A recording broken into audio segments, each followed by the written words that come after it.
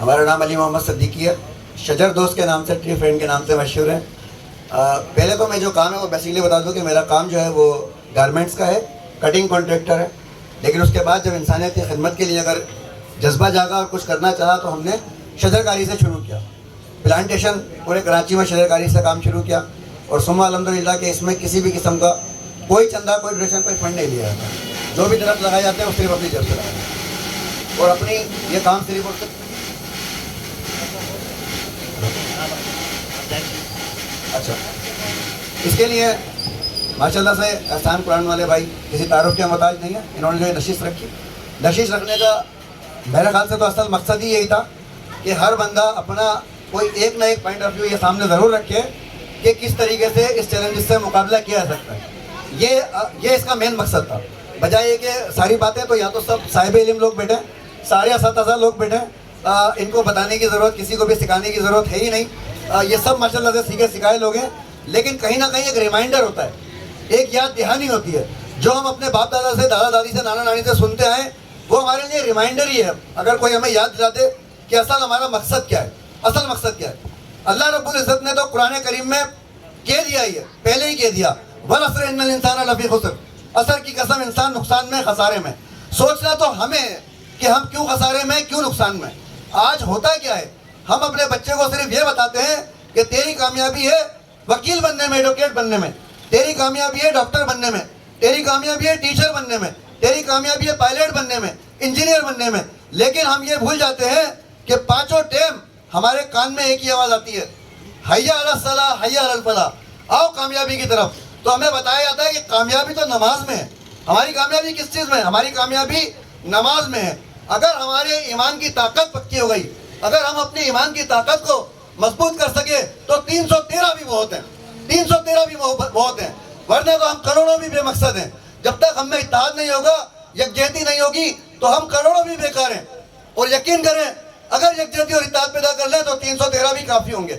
آج ہوتا کیا ہے، ہماری ہر گھر میں نہیں تو کم از کم 80% گھر کے اندر کیا ہوتا ہے، بچہ اگر روتا ہے تو اس کے ہاتھ میں موبائل دے دیا جاتا ہے، موبائل میں لگایا کیا جاتا ہے کارٹون، ویڈیو۔ کیا آپ سمجھتے ہیں کہ اس میں کوئی ٹیپو سلطان پیدا ہوگا؟ کیا آپ سمجھتے ہیں کہ کوئی اکبر اعظم پیدا ہو جائے گا؟ کیا آپ سمجھتے ہیں کوئی مجاہد پیدا ہو جائے گا؟ اس میں کیسے مجاہد پیدا ہوگا؟ ابھی میرے سارے بھائیوں نے یہاں پر بات کی، انہوں نے بات کی کہ ایمانداری سے کاروبار کرنے کی، کہ ایمانداری کا کاروبار۔ یقین کریں میں خود اس بات کا گواہ ہوں کہ ایک شخص، ایک دوست ایک بس میں سفر کر کے آ کے کہتا ہے اور بڑے فخر سے بتاتا ہے کہ آج رش زیادہ تھا، میں نے کرایہ نہیں دیا، صرف رش کی وجہ سے میں نے اپنا کرایہ بچا لیا کہ میں کرایہ نہیں دیا۔ آپ سمجھتے ہیں کہ وہ شخص جہاد کرے گا؟ آپ سمجھتے ہیں وہ شخص مجاہد بن جائے گا؟ تو ہمیں آگاہی کی ضرورت ہے، ہمیں تربیت کی ضرورت ہے کہ ہماری موٹیویٹ کیا جائے، لوگوں کو سمجھایا جائے، ایمانداری کی طرف لایا جائے، سب سے پہلے نماز کی طرف لایا جائے۔ اگر ہم اپنے گھر سے مسجد نہیں جا سکتے تو فلسطین کس طرح جائیں گے، جہاد کس طرح کریں گے جب ہم گھر سے مسجد نہیں جا سکتے؟ تو یہ سوچنے کی ضرورت ہے۔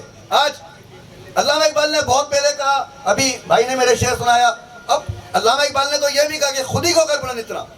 وہ خودی ہے کیا؟ وہ خودی کیا تھی جس خودی کا کہا گیا کہ خودی کو کر بلند اتنا؟ وہ خودی یہی تھی کہ کسی کے آگے جھکیں گے نہیں، وہ خودی یہی تھی کہ منافقت نہیں کریں گے، وہ خودی یہی تھی کہ جھوٹ نہیں بولیں گے، اگر مال بکتا ہے بکے، نہیں بکتا ہے نہیں بکے، حقیقت بتائیں گے۔ لیکن یہاں ہم کہتے ہیں کسی بھی بڑے سربراہ کو چور وور کہہ دیں گے، لیکن ہم یہ نہیں سوچتے کہ ایک آلو پیاز کی بوری خرید کے لاگے ہم چھوٹے بڑے الگ کر کے ریٹ الگ کر دیتے ہیں۔ کرپشن تو ہمارے گھر سے شروع ہو جاتی ہے، کرپشن تو ہم چھوٹے لوگ اپنے اندر سے کرپشن ختم کرنی پڑے گی۔ ایک بینک میں جا کے انسان ٹوکن لینا پسند نہیں کرتا، سلام دعا کے زور پہ سب سے پہلے لائن میں لگ جاتا ہے، سب سے پہلے اپنا کام کرواتا ہے، 10 لوگوں کا حق کھا جاتا ہے، پھر کہتے ہیں ہم تو صحیح ہیں، ہم تو مومن ہیں، ہم سے بڑا تو مومن کوئی نہیں ہے۔ تو سب سے پہلے اگر تبدیلی چاہتے ہیں خود کو بدلنا پڑے گا، خود کو تبدیل کرنا پڑے گا، جب جا کے لوگ جہاد کے لیے تیار ہوں گے، جب جا کے لوگ فلسطین کے لیے تیار ہوں گے۔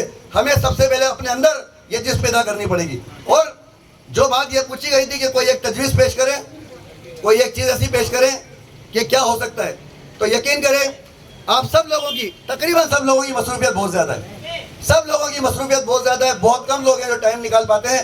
لیکن ہمیں کرنا کیا چاہیے اس دور کے اندر؟ ہمیں یہ کرنا چاہیے کہ جو لوگ فلسطین کے لیے کام کر رہے ہیں، جو لوگ وہاں پہ خوراک پہنچا رہے ہیں، جو لوگ وہاں پہ پانی پہنچا رہے ہیں، جو لوگ وہاں پہ کپڑے پہنچا رہے ہیں، ہمیں ان کا بازو بننا چاہیے، ہمیں ان لوگوں کا بازو بننا چاہیے, ان لوگوں کا ساتھ دینا چاہیے.